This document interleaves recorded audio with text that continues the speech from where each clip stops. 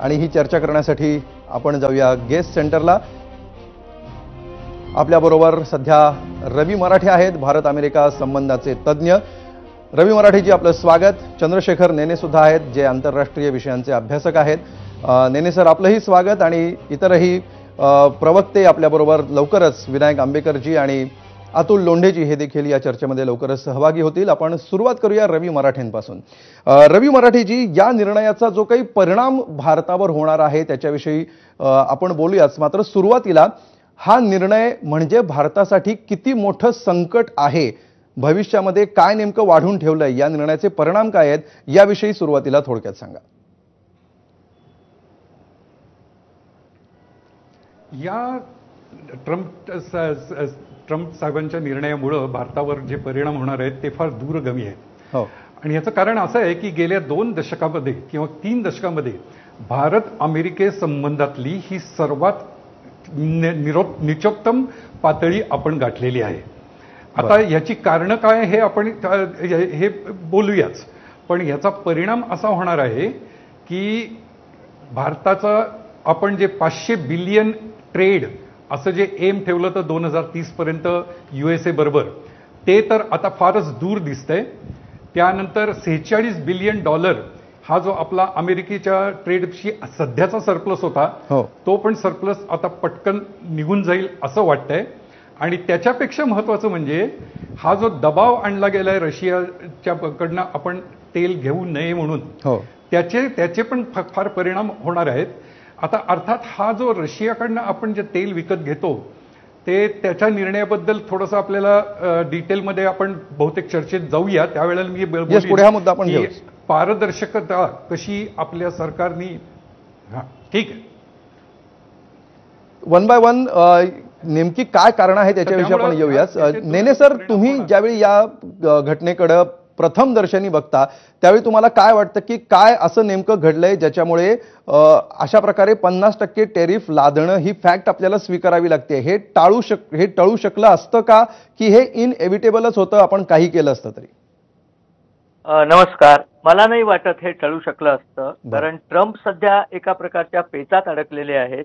Particularly जेव्हा भारताने नूरखान एअरबेसला उद्ध्वस्त केलं तेव्हा अमेरिकेचा दुटप्पीपणा सगळ्या जगापुढे आला। ते दुर्दैवाची गोष्ट आहे, तसं व्हायला नको होतं असं माझंही म्हणणं आहे। परंतु त्यानंतर अमेरिकेला तिथली अण्वस्त्र पळवून न्यायला लागली अशा बातम्या आहेत।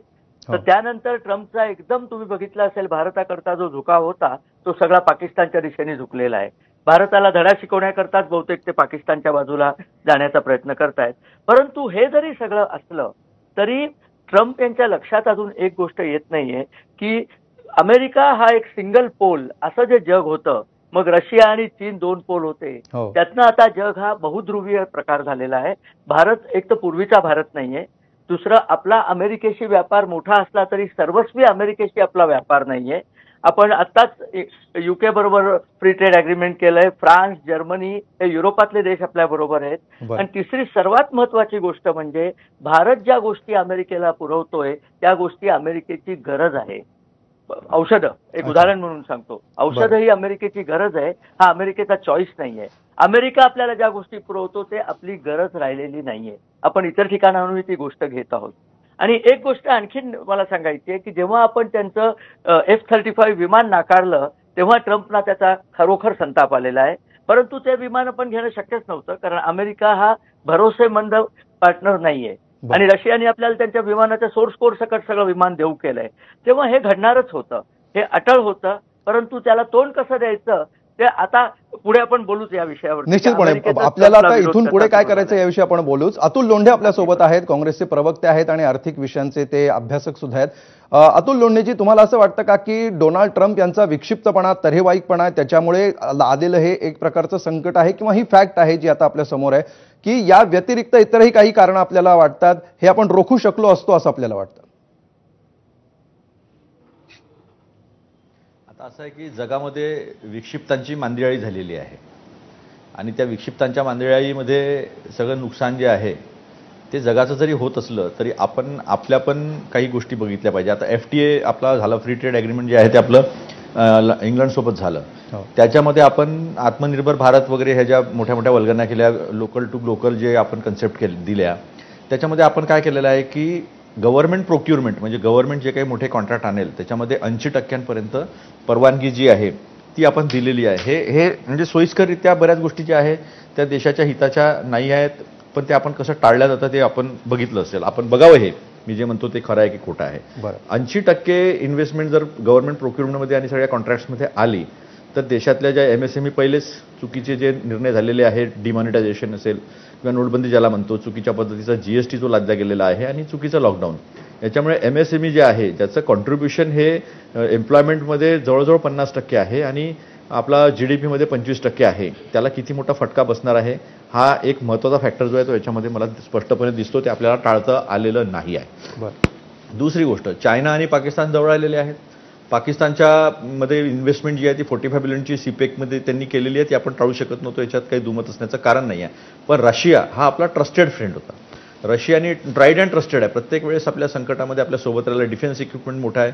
हरित क्रांतीमध्ये मोठा रोल जो आहे नॉर्मन बोरलॉगच्या माध्यमातून त्या ज्या काही हाय यील्डिंग व्हेरायटीज होत्या त्याच्यातून आपल्याला जी मदत मिळाली. आज रशिया जर पाकिस्तानला आर्थिक मदत करत असेल तर ब्रिटननी जे भारताचं विभाजन घडून आणलं होतं त्याच्यामध्ये काही फॅक्टर्स आपल्या देशांतर्गत फॅक्टर्स पण जबाबदार होते, तर ते बफर स्टेट म्हणून भारताच्या विरोधात वापरला जात आहे का? कारण हा बॅलन्स ऑफ पॉवरचा गेम आहे आणि याच्यामध्ये रशिया, चायना, भारत असा जो ट्रँगल होता त्याच्यात रशिया नेहमी आपल्यासोबत राहिला, त्यामुळे चायना जास्त अफेक्ट करू शकला नाही, चायना पाकिस्तानच्या जवळ जाऊ शकणार नव्हता. आज हे तिन्ही राष्ट्र म्हणजे रशिया आपल्यासोबत पूर्णपणे आहे असं आपल्याला आज म्हणता येत नाही, कारण त्यांनी कंडेम केलं नाही पाकिस्तानला. जगभरातल्या लोकांनी हे जर असं नसतं तर 50% टेरिफ लादलं नसतं. नाही, असं आहे की तुमची जी स्ट्रेंथ आहे ती कशी इंटरनॅशनल रिलेशनमध्ये वापरली हे महत्वाचं आहे. 140 करोडची मार्केट आहे, पण तुम्ही हे चुकीचे निर्णय घेतल्यामुळे 100 कोटी लोक जे आहे ते दिवसाला त्यांच्या कन्झम्पशन पूर्ण नाही करू शकत. आपली कन्झम्पशन बेस्ड इकॉनॉमी होती. जेव्हा वर्ल्डमध्ये रिसेशन आलं त्यावेळेस आपण सस्टेन का केलं? 2008 मध्ये रिसेशन आलं. आपण आपली स्वतःची जी क्रयशक्ती होती सामान्य माणसाची त्या ताकदीच्या भरोश्यावर आपण तिथनं बाहेर निघालो. इंग्लंड फसला, त्याच्यात जर्मनी फसलं, फ्रान्स फसलं, अमेरिका स्वतः त्यात सस्टेन होऊ शकलं नाही, पण आपण सस्टेन झालो. आज आपली सेव्हिंग 5.5% खाली आली. जी 30% होती आपली सेव्हिंग, जो फॅक्टर होता तो फार मोठा फॅक्टर होता, तो राहिला. परदेश नीतीला तुम्ही या सगळ्याला जबाबदार ठरवत आहात. परदेश नीतीबाबत सरकारने जे काही स्ट्रॅटेजिक चुका केलेल्या आहेत त्याविषयी आपण बोलत आहात. आपण यावर सविस्तर बोलूयाच. मात्र भाजपचे विनायक आंबेकर आहेत, त्यांची फर्स्ट रिएक्शन आधी आपण घेऊ.